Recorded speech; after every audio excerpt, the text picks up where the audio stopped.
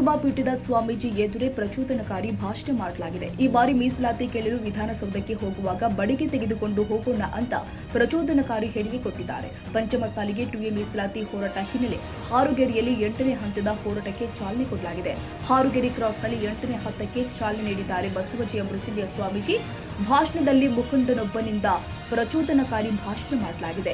ಶ್ರೀಶೈಲದಿಂದ 5,000 ಬಡಿಗೆ ತಂದು ಹೋರಾಟ ಮಾಡ್ತೀವಿ ಎಂದಿದ್ದಾರೆ. ಪ್ರಚೋದನಕಾರಿ ಭಾಷಣವನ್ನ ಶಾಂತಚಿತ್ತದಿಂದ ಆಲಿಸಿದ ಬಸವಜಿಯ ಮೃತ್ಯುಂಜಯ ಸ್ವಾಮೀಜಿ ಬೆಳಗಾವಿ ಜಿಲ್ಲೆಯ ಹಾರುಗೆರೆ ಕ್ರಾಸ್ನಲ್ಲಿ ಪ್ರಚೋದನಕಾರಿ ಭಾಷಣ ಬಿಗಿದ ಸಮಾಜದ ಮುಖಂಡ ಪ್ರಚೋದನಕಾರಿ ಭಾಷಣ ಬೀತಾ ಇದ್ರು ಕೂಡ ಹಾರುಗೆರೆ ಪೊಲೀಸರು ಮಾತ್ರ ಸುಮ್ಮನೆ ಕುಳಿತಿದ್ರು. ಪಂಚಮಸಾಲಿ ಮುಖಂಡನ ಪ್ರಚೋದನಕಾರಿ ಭಾಷಣದ ವಿಡಿಯೋ ಇದೀಗ ವೈರಲ್ ಆಗ್ತಾ ಇದೆ. ಶ್ರೀಶೈಲ ಮಲ್ಲಿಕಾರ್ಜುನ ಬಡಿಗೆ ತಗೊಂಡು ಹೋಗುದು ನಮ್ಮನ್ನ ಅವ್ರ ಬಳ್ಳಿ ನಾವೆಲ್ಲ ರಾಜಕೀಯ ತಿರುಗಾಡಿ ಬೆಳಿ ನಾವು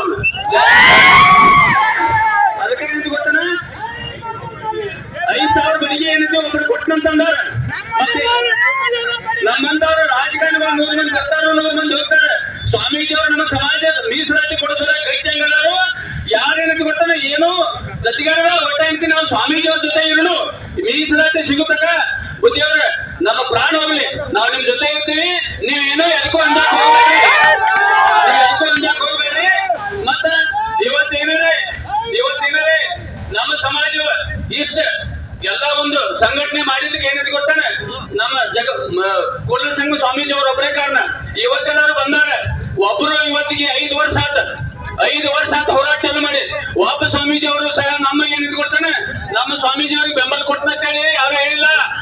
ಈ ಸಲ ವಿಧಾನಸೌಧಕ್ಕೆ ಹೋಗ್ಬೇಕಾದ್ರೆ ಬಡಿಗೆ ತೆಗೆದುಕೊಂಡು ಹೋಗೋಣ, ಎಲ್ಲ ರಾಜಕಾರಣಿಗಳನ್ನ ಅಟ್ಟಾಡಿಸಿ ಬಡಿಯೋಣ, 5,000 ಬಡಿಗೆ ಒಬ್ಬರು ಕೊಡ್ತಾರೆ ಎಂದಿದ್ದಾರೆ.